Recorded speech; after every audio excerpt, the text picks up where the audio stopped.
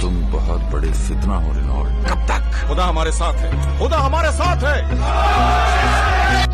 सलाहुद्दीन 2 लाख फौज के साथ उर्दन पार कर चुका है। हम किसी कीमत जंग नहीं करेंगे सलाहुद्दीन से।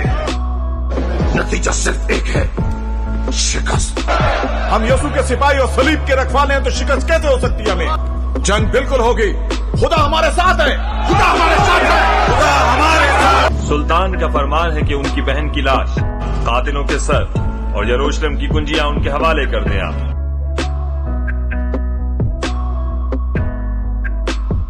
हम मुसलमानों की मौत है।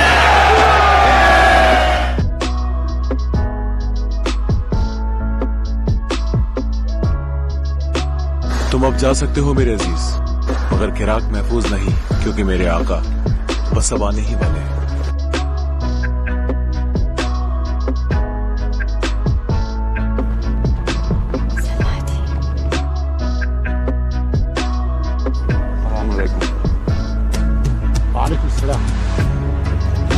कसम है, इस शहर को लेने की हसरत ही तुम्हारी आखिरी हसरत होगी।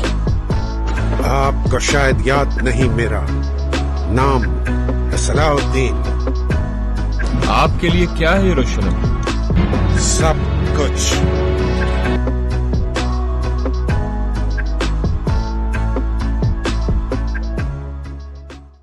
मशहूर है कि किसी ज़माने में बगदाद में एक माहिर बढ़ई रहता था। उम्र के आखिरी हिस्से में उसने एक खूबसूरत मिंबर बनाया। जो भी इस मिंबर को देखता उसकी खूबसूरती को देखते हुए दांतों में उंगलियां दबा लेता और फिर उस मिंबर की शोहरत फैलने लगी। इतनी फैली कि बगदाद में आने वाले हर अमीर शख्स उस बढ़ई से कहता कि ये मिंबर मुझे फ़रोख्त कर दो, कि उसे फुला मस्जिद को अतिया कर दूंगा। लेकिन बढ़ई का हमेशा एक ही जवाब होता कि नहीं जनाब, ये मिंबर मस्जिद अक्सा में सजेगा। लोग ताज्जुब से पूछते कि भाई, मस्जिद अक्सा तो ईसाइयों के कब्ज़े में है। बढ़ई सब की बातें सुनता, फिर एक ही जवाब देता, मेरा बस इतना ही काम था। मैं एक फ़नकार हूँ, मिंबर बनाता हूँ। कोई बहादुर जंगजू उठेगा और अल कुदस वापस हासिल करेगा और ये मिंबर उसकी जीनत बनेगी। मिंबर की कहानी शहर में बच्चे बच्चे की ज़बान पर आ चुकी थी। फिर ये कहानी एक 7-8 साल के बच्चे ने सुनी, मगर वो मिंबर की खूबसूरती से ज़्यादा उसके बनाने वाले के जज्बे से मुतासिर हुआ और फिर 40 बरस बाद वो मिंबर उसी बहादुर के हाथों से मस्जिद अक्सा में नस्ब किया गया, जिसे लोग आज सलाहुद्दीन अय्यूबी के नाम से जानते हैं। सलाहुद्दीन अय्यूबी की पैदाइश सन 1138 ईस्वी में कुर्दिस्तान में हुई। आप नस्लन कुर्द थे। आपके वालिद का नाम नजमुद्दीन अय्यूब था, जो किला तकरियत के हाकिम थे। सलाहुद्दीन अय्यूबी का बचपन और जवानी की इब्तदाई दौर दमिश्क और बालबक में गुजरा। आपने बालबक के दीनी मदरसों और दमिश्क की जामा मस्जिद में तालीम हासिल की। 25 साल की उम्र तक सुल्तान ने गुमनामी मगर पाकीज़ा और बेदाग जिंदगी गुजारी। इब्तदा में सलाहुद्दीन सुल्तान नूरुद्दीन जंगी के यहाँ एक फ़ौजी अफसर थे। सलाहुद्दीन मिस्र को फतह करने वाली फ़ौज का हिस्सा थे। इस फ़ौज के सिपा सलार आपके चचा शेर कोह थे। मिस्र फतह हो जाने के बाद सलाहुद्दीन मिस्र के हाकिम मुकर्रर कर दिए गए और 570 हिजरी में उन्होंने यमन भी फतह कर लिया। और फिर नूरुद्दीन जंगी की वफ़ात के बाद सुल्तान सलाहुद्दीन अय्यूबी हुक्मरानी पर फायज हुए। सुल्तान सलाहुद्दीन की ज़िंदगी का मकसद अव्वल यही था कि बैतुल मुक़द्दस को ईसाइयों से आज़ाद कराया जाए। वही बैतुल मुक़द्दस जिसमें रसूल अल्लाह सल्लल्लाहु अलैहि वसल्लम ने तमाम अंबिया कराम की इमामत फरमाई और जहां से आप अर्श तक तशरीफ़ ले गए। दरअसल बैतुल मुक़द्दस तारीख़ी शहर यरूशलेम में मौजूद है, जिसे हज़रत उमर इब्न ख़त्ताब ने 638 ईस्वी में फ़तह किया था। इसके बाद से यरूशलेम इस्लामी सल्तनत में शामिल हो गया। इस्लामी सल्तनत रोज़ बरोज़ मजबूत होती चली गई और यरूशलेम मुस्लिम सकाफ़त और आबादी वाला शहर में तब्दील हो गया। लेकिन मुसलमान खलीफा ने तमाम मजहबों के मानने वालों को बैतुल मुक़द्दस में आकर तवाफ़ और ज़ियारत करने की इजाज़त दे रखी थी और ये भी ऐलान किया गया था कि अगर यहूदी या ईसाई ज़ायरीन यरूशलेम में कुछ दिन क़याम करना चाहें तो उसकी भी उन्हें इजाज़त है।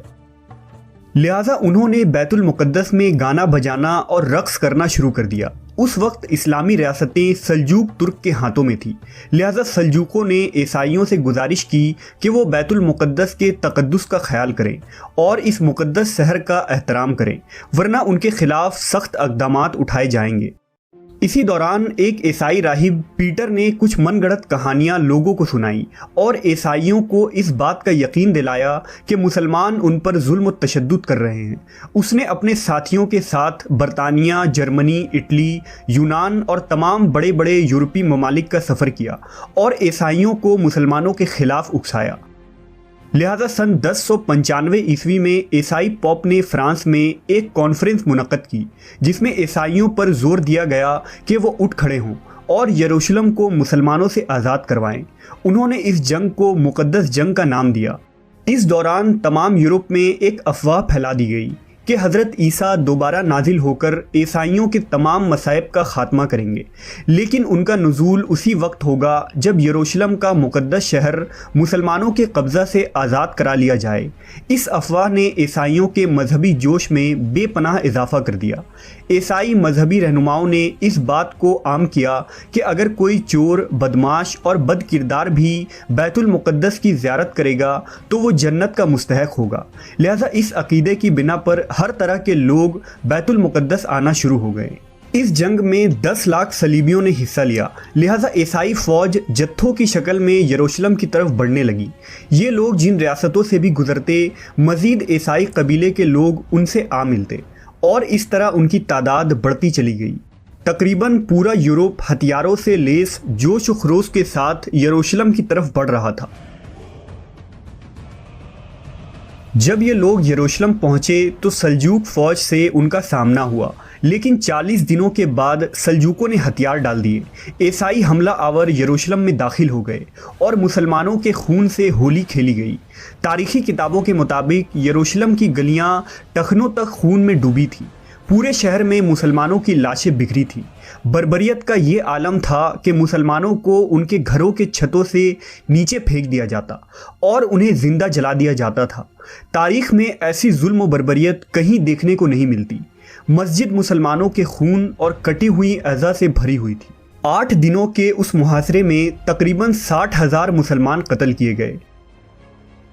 शहर को फतह करने के बाद ईसाइयों ने पॉप को ये खबर सुनाई कि हमने शहर फतह कर लिया है और हमने मुसलमानों का ऐसा खून बहाया है कि जब हम हज़रत सुलेमान की इबादत गाह में दाखिल हुए तो हमारे पाँव मुसलमानों के खून में धंसे हुए थे।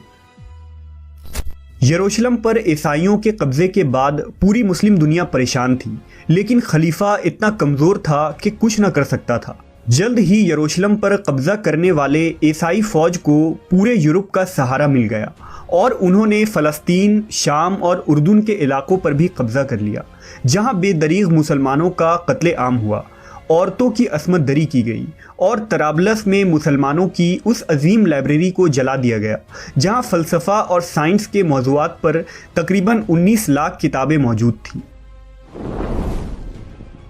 लेकिन हर उरूज को एक दिन ज़वाल है, लिहाजा हालात ने उस वक्त करवट ली जब सुल्तान सलाउद्दीन अय्यूबी मिस्र के हाकिम बने। सन 1186 ईस्वी में ईसाइयों के एक फ़ौजी जत्थे ने रेजनॉल्ड की रहनुमाई में मदीना पर कब्ज़े के गर्ज से हिजाज मुक़द्दस पर हमला कर दिया। लिहाजा सलाउद्दीन एक लश्कर लेकर फ़ौरन रेजनॉल्ड के ताक़ुब में निकला और हत्तीन के मकाम पर दोनों आमने सामने हो गए। लिहाजा 1187 ईस्वी को हत्तीन के इस मकाम पर तारीख़ की एक खौफनाक जंग लड़ी गई, जिसमें सुल्तान ने दुश्मन के लश्कर पर ऐसा आतिशगीर मादा डलवाया कि ज़मीन पर आग भड़क उठी। नतीजा ये हुआ कि 30,000 ईसाई हलाक हुए और इतने ही कैदी बना लिए गए। रेजनॉल्ड गिरफ्तार हुआ और सुल्तान ने अपने हाथ से उसका सर कलम किया।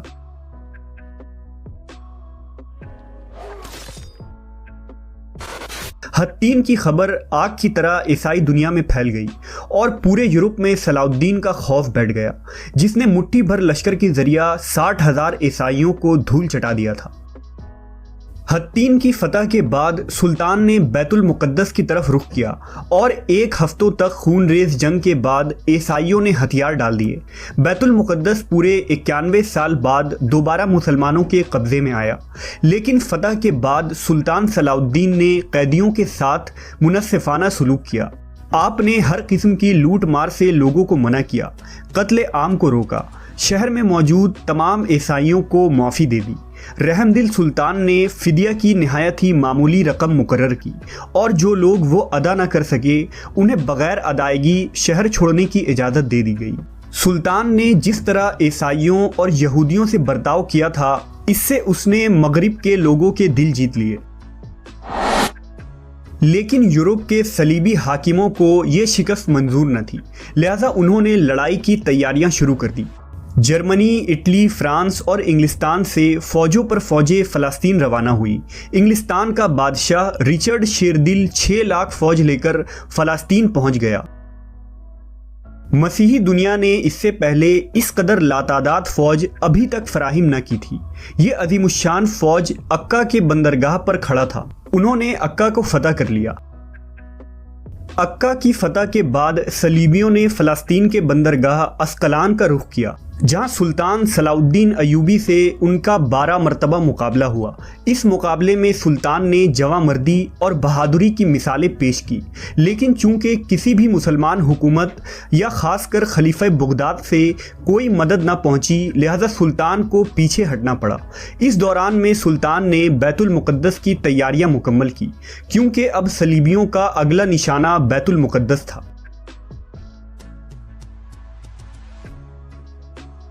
1190 عیسوی میں تیسری صلیبی جنگ کا آغاز ہوا، جس میں سلطان کی مختصر سی لشکر نے یورپ کے عظیم فوج کا بڑی جرت مندی سے مقابلہ کیا۔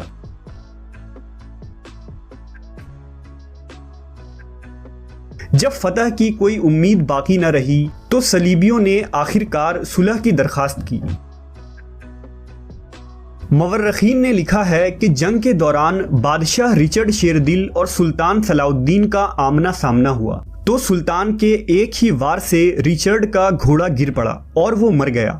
رچرڈ بے بسی کی حالت میں کھڑا تھا۔ سلطان چاہتا تو ایک ہی وار میں اس کا کام تمام کر سکتا تھا، لیکن یہ سلطان کی اعلیٰ ظرفی تھی کہ ایک بے بس شخص پر ہاتھ اٹھانا اسے گوارا نہ کیا۔ اس نے اپنے سپاہی کو حکم دیا کہ بادشاہ کے خاطر ایک گھوڑا لایا جائے تاکہ وہ گھوڑے پر بیٹھ کر مقابلہ کرے۔ سلطان کی اس فیاضی اور رحم دلی سے رچرڈ اتنا متاثر ہوا کہ اس نے لڑنے سے ہی انکار کر دیا۔ لہذا رچرڈ اور صلاح الدین کے درمیان معاہدہ طے پایا، جس کے مطابق بیت المقدس مسلمانوں کے قبضے میں رہا۔ ارسوف اور عکا کا شہر صلیبیوں کو دے دیا گیا اور تمام مذاہب کے زائرین کو یروشلم آنے کی اجازت ملی۔ سلطان نے نہ صرف یہ کہ ان زائرین کو ہر قسم کی آزادی دی، بلکہ اپنی جانب سے لاکھوں زائرین کی دعوت، آسائش اور راحت کے انتظامات کیے۔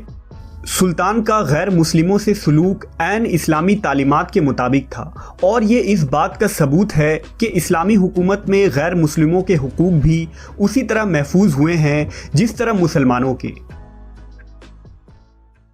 اپنی تمام تر فتوحات اور سلطنت کے باوجود صلاح الدین نے انتہائی سادگی اور فقر کی زندگی گزاری۔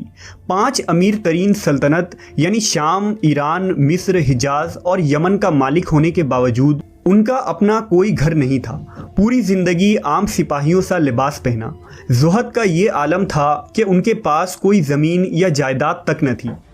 پوری زندگی حج کی تمنا میں کاٹ دی، مگر مالی تنگی اور غربت نے آپ کو اتنا موقع تک نہ دیا کہ بیت اللہ تک کا سفر کر پائیں۔ سن 1193 عیسوی میں 55 سال کی عمر میں آپ کی وفات ہوئی۔ وفات کے بعد آپ کے گھر سے صرف 47 درہم برآمد ہوئے، جس رقم سے ان کی تدفین تک نہیں ہو سکتی تھی۔ چنانچہ آپ کے کفن دفن کے اخراجات دمشق کے قاضی نے اپنی جیب سے ادا کیے۔